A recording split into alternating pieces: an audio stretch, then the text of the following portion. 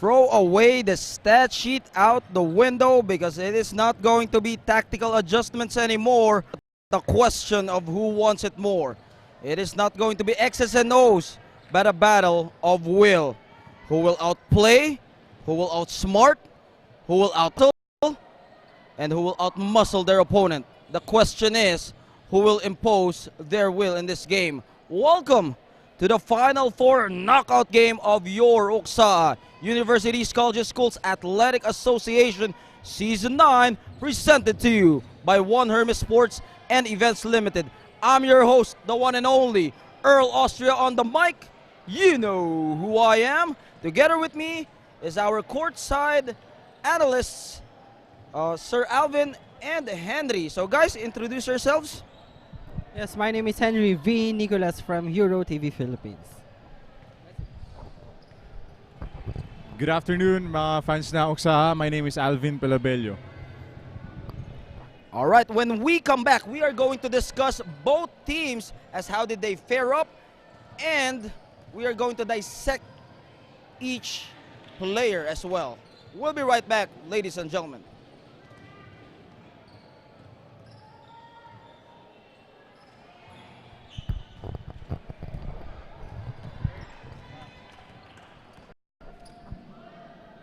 Aside from Nico Angeles, you have Rafael Yones, who is also expected to play heavy minutes here and contribute for his team. CK Ferrer, a battle-tested warrior for St. Dominic Savio, has been their source of inspiration as he embodied that character of playing all out, all heart for the green and white. Even with a bloodied face, he continued to play on against AMA in the elimination round. JB Discodido and Gab Celino will also have to prove their worth here as they are demanded by Coach Albert Olaya to be a scoring option when needed. Meanwhile,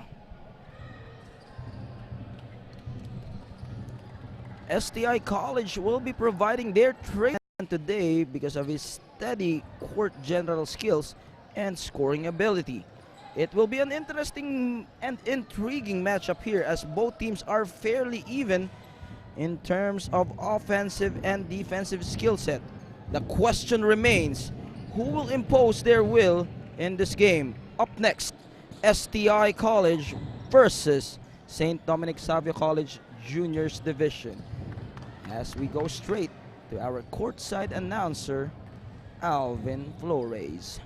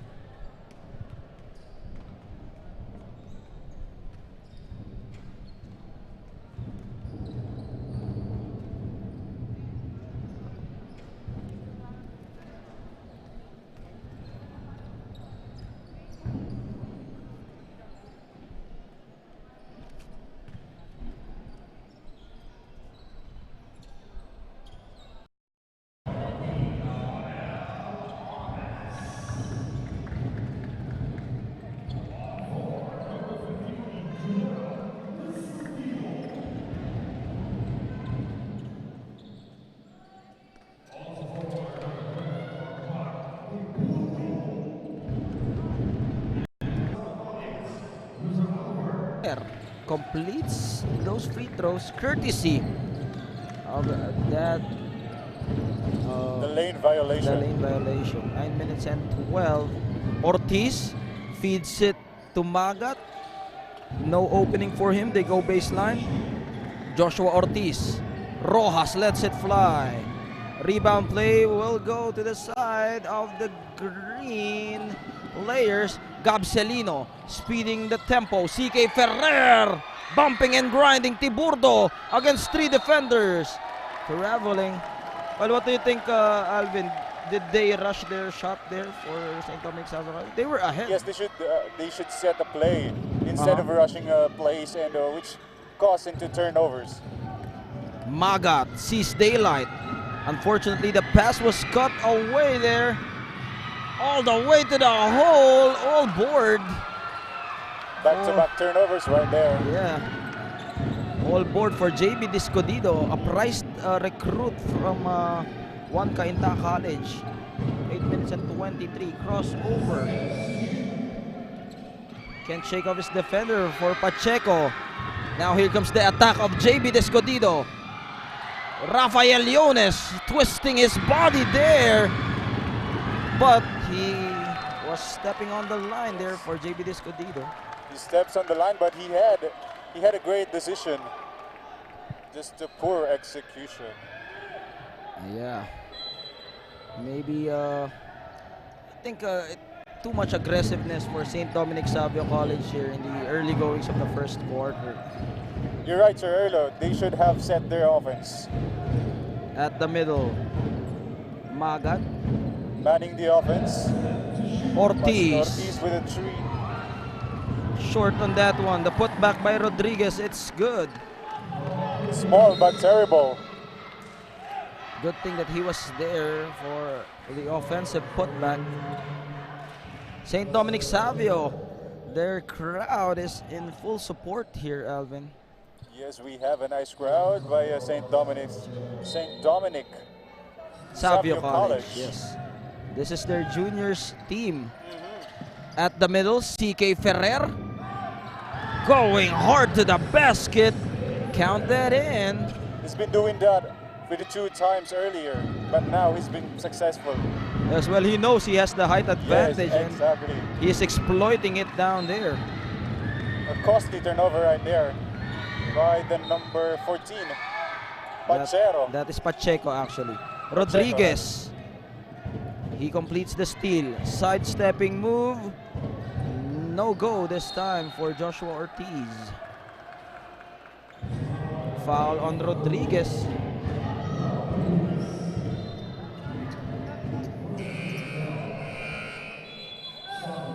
De Castro will check in for STI College. As we have 4 on 3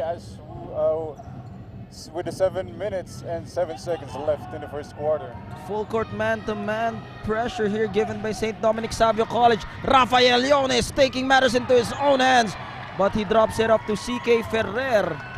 Well, I think it is becoming too predictable for the guys in green because Ferrer just taking it strong.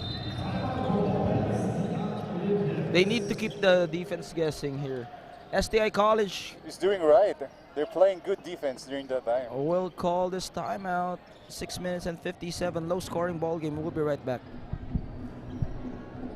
Bro, pag play-by-play, dapat may assigned ano yan, yung play-by-play, yung ginagawa, ako yun. Or kung sino man yung mag-play-by-play sa atin. Gusto mo ba mag-play-by-play, ako mag-analysis. Pwede rin kasi, tapos, yun, dapat, ang i-focus mo, yung ano nangyayari sa court, the how and the why. For example, nakashoot siya or nag-mintis siya. Bakit nag-mintis yung tira niya? Bakit sila nagkamali doon? Yun ang i-focus mo. So, yung ganun ang analyst.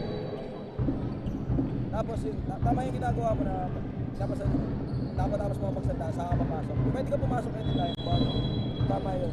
Hindi mo matapos. Back to the action. They were able to cross that timeline. Magat with the Euro. Rebound control by Rafael Leones. Rafael Leones shifting gears, able to blow by his defender. Look at that! Adjusting in mid-air. What a move by Rafael Leones. Exactly, what an emphatic drive during that time. And now they will push up the tempo here. STI College will try to answer back. Rebound CK Ferrer. Protecting the ball. Or what happened there in that previous possession, Alvin? I think they're pushing their shots. They should set a better offense rather, to come up with the plays. I think they're just going strong to the basket, but with the height of this, the advantage of this St. Dominic Savio College, they might set a place and set an easy shot outside.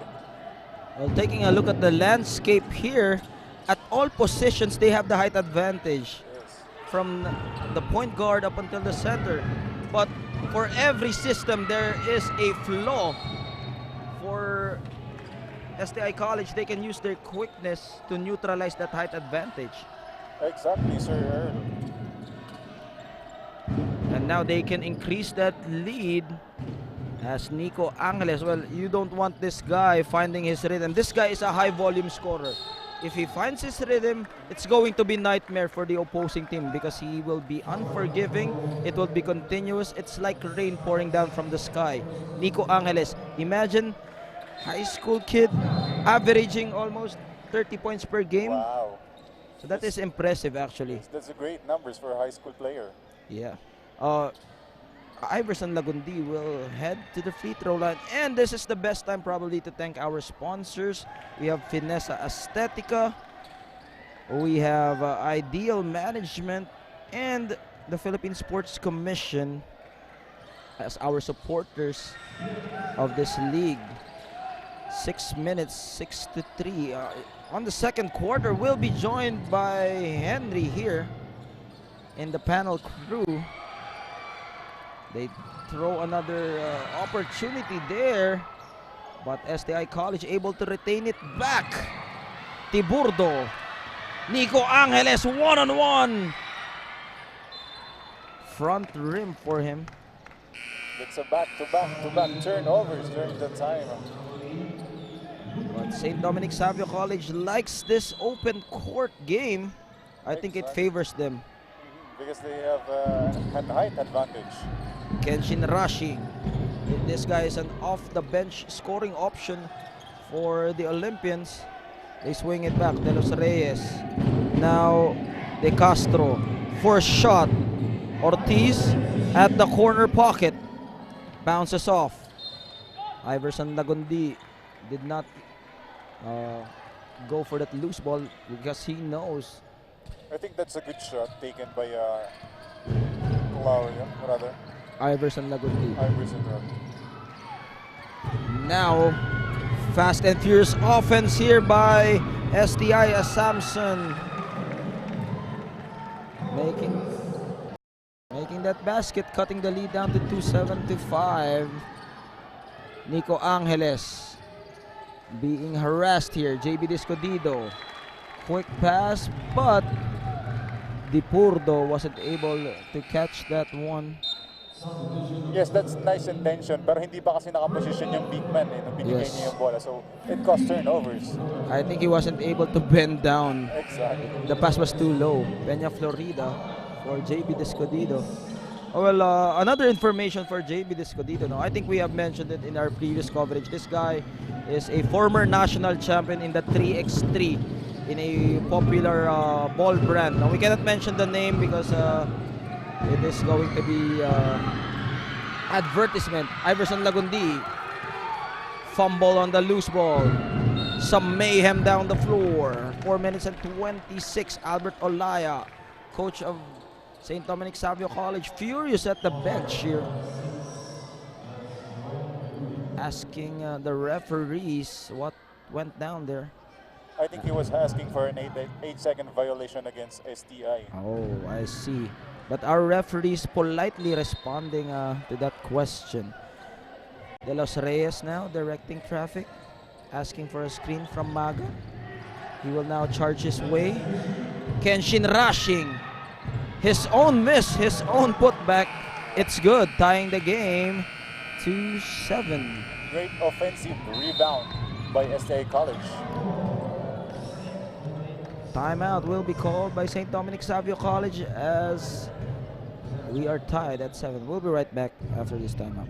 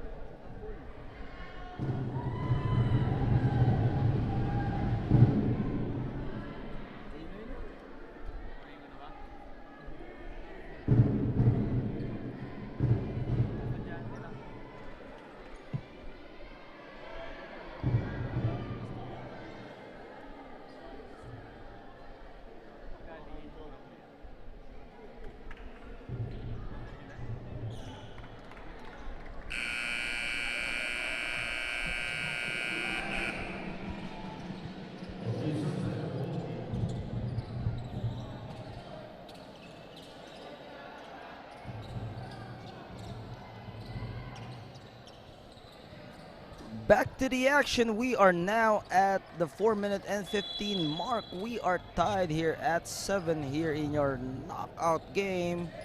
Juniors Division semifinals, Uksa University Scholarship Schools Athletic Association. We are witnessing the battle between St. Dominic Savio College and STI for the final ticket of the championship round, as CK Ferrer with a jump hook right after the timeout. And what has happened there, Alvin? He travels. He didn't manage to stay within his foot. All right, Nico Angeles bringing down that leather, goes for the crossover, slicing the mid lane. CK Ferrer, talk about dominance in the painted area as he bullies his way in the shaded box. CK Ferrer, the heart of a warrior. Well, in our previous game in STI, this guy was full-blooded face, but he still provided that inspiration for his team. He's determined to win. What? He is really determined to win during that game. Yes, literally and figuratively, blood all over his face as Magat under goal stab there. Nico Angeles, we call them the riding in tandem, no? Nico Angeles and Rafael Leones, both guys can torch you in the open court. He lets it fly, launches it, but CK Ferrer was there to collect the rebound. Good defense right there by STI Colleges. Yeah, I think it was a forced shot, taking away the comfort zone away from CK. Samson, no go for him. Magat unable to protect that ball. He was able to bring down that rebound, but wasn't able to put it down. Lagundi, crossover. He feeds it off. CK Ferrer. Nice drop pass. Drop pass by the number 13. Well, check out the stats of CK Ferrer. Already 8 points out of the 13 markers of St. Dominic Savio College. 8 coming from this guy in the free throw line, CK Ferrer. Oh, he missed. He's been doing great. Actually, he's driving to the basket hard, driving hard to the basket, and he gets fouled by the STI Colleges. That's why he's crediting his points into the free throw line. Then Luna, another big guy for St. Dominic Savio College. Look at the height of St. Dominic, of the guys in green. Imagine, and they can play all multiple positions, huh? Yes, with maintaining their heights, actually. 2 minutes and 40 left here in the first quarter. STI College down by 5, 14-9. Let's see if they can make things happen here. Quick pass. Almost a complete steal there. But shot clock is down for the Olympians. Mark Palya in the game to provide a well-needed rest for Iverson Lagundi, and that was a robbery play there from STI College. Pala will try to answer back with his own layup. Ortiz challenging him, gets a piece of that hand. He will have to earn it on the free throw line though. Nice challenge right there by Ortiz. Avoiding the three-point play. Preventing it from happening. Rafael Leones, one half of the riding in tandem, because this guy will force to get that ball away from you if you are the ball handler. That is Rafael Leones and Nico Angeles. They love to play in transition. Ball will return to St. Dominic Savio College.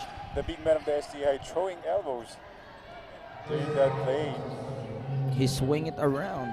Yes, as he whistled for the foul. Costly turnover right there. Look at Peña Florida.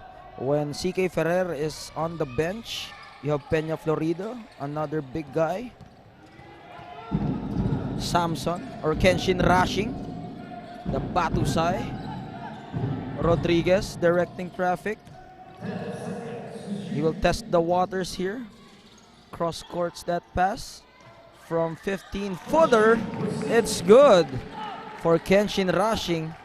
This guy is an off-the-bench spark plug for Coach Kian Karata and Coach Popo Makapag for STI College. 1 minute and 40. Jumper from the elbow. Short front iron, Nico Angeles asking his teammates to calmly wait for their operation here. Extending that elbow, Nico Angeles will be called for the offensive foul as Mark Jason Tiburdo will be sent back in. It's defense shown right there by number 8, Rodriguez. Ralph Rodriguez. 1-on-1 here. He was able to cross that half-court line using the screen from Rashing. Backdoor cut. It's good. Nice play. They've been using the speed, actually. Well executed play there. Peña Florida controlling the boards, making up for the mistake. Nico Angeles loves the open court. With 55 seconds, we are tied. Will they deliver the home run, Rodriguez? And yes, he does. Using the board as his friend there. Nico Angeles using his wide body to create some separation there. That's his third foul on Joshua Ortiz. Well, I think he needs to take care of his fouls because he will be needed down the stretch, Joshua Ortiz. He's a reliable big man for STI. And as we speak, Cruz is being sent back here. St. Dominic. Right away, or right to the basket. Nico Angeles. Relentless. Taking matters into his own hands there, trying to make things happen. But I think it's not advisable. Yes. Because he's a little bit selfish there. Oh, Coach Albert Olaya. With 15 seconds left here. Look at that play. Everything but the shot, as they say. 2-1, bring the ball out of bounds. Another reset here. Let's see if they can convert here. Tiburdo again. But unfortunately, he loses it with 5 seconds remaining. Ralph Rodriguez, their steady court general. He goes all the way. Ball is still alive, and they weren't able to put it up. In this first quarter, we have a tight ball game. STI College rallying back with 17-16 against St. Dominic Savio College. We'll be right back with a second in a moment.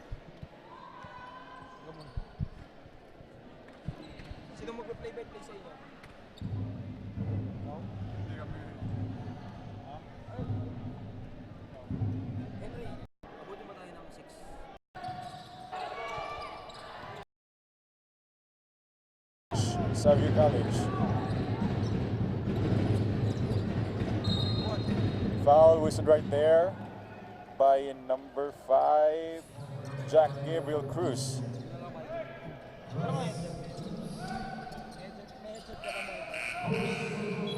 As Pacheco checks into the ball game, relieving Cruz. Here's Rodriguez, hounded by Ones. Pressure D given by Ones. Drops the ball to De La Cruz, the big man. Pass to the baseline. Reverse, nope.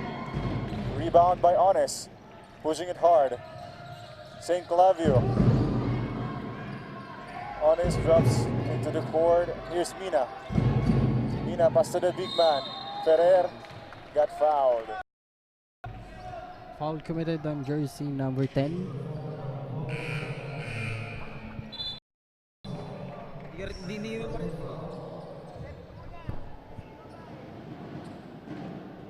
Here's Ferrer getting his points into the free throw line. His first shot is missed. The lefty big man of the St. Dominic Savio College.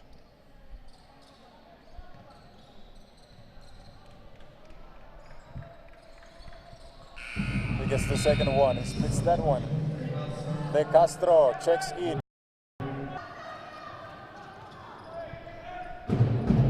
Here's Reyes, or De Los Reyes. Passes the ball to number 14, Pacheco. Here's De Castro. Back to Pacheco. De Los Reyes for three, short. Rebound by Ones. Bringing the ball down. Passes three defenders. Wow, fearless drive by Ones. Getting the deuce. Na yung ginagawa nitong si Ones. Ano? At talagang na pinapakita nito na advantage nila ang height, at the same time ay kayang-kaya nilang pumasok at mag-penetrate sa loob kahit pa sila may malalaking mamana. Exactly. Despite of the height of the St. Dominic Xavier College, they managed na makipagsabayan sa maliliit na players na STI colleges. Tama ba, partner? Yes. Just like Kevin Durant. Yes. Here's De Los Reyes.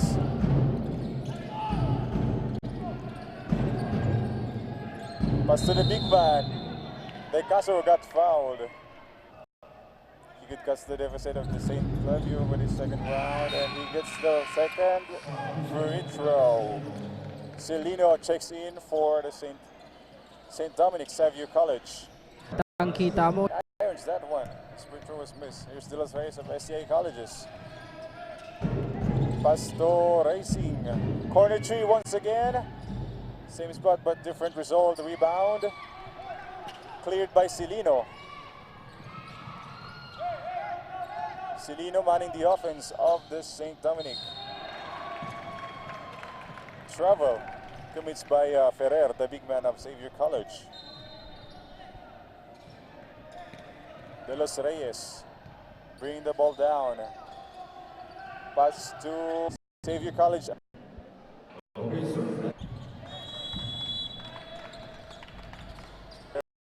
Of this semi-final match against Xavier College versus STI College's Juniors Division. Here's Angeles, hounded by the defense of the STI College's number 14, Pacheco. yes, excellent partner, excellent defense yun kay Jason number 14 from Pacheco ng STI Olympians. At talagang ng STI Olympians, kahit na malalaki ang kanilang opponent team, ay talagang ginagawa nila ang best nila to the pagdating sa depensa. Rebound, offensive rebound by Xavier College. Whoa, loses his defender during that play. The number 21 gets the 2 points.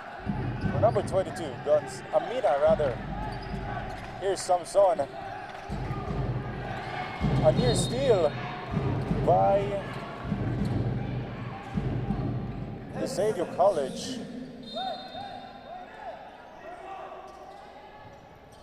Here's number 8, Rodriguez. Troubling call by jersey number 12, that's Samson. The costly turnover right there by SCA Colleges as they are down by 5 points.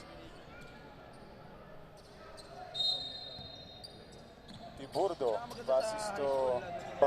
Das Olympians dito. Na to. Tama, partner. Here's Rodriguez once again, and Pacheco has been hounded by the great defense of Tiburdo. Pala, Crosses partner. over. That's Or Pala. Here's as Pacheco gets his second foul. That's What a shot. Here's Angeles, pass to perimeter and rebound by Magat.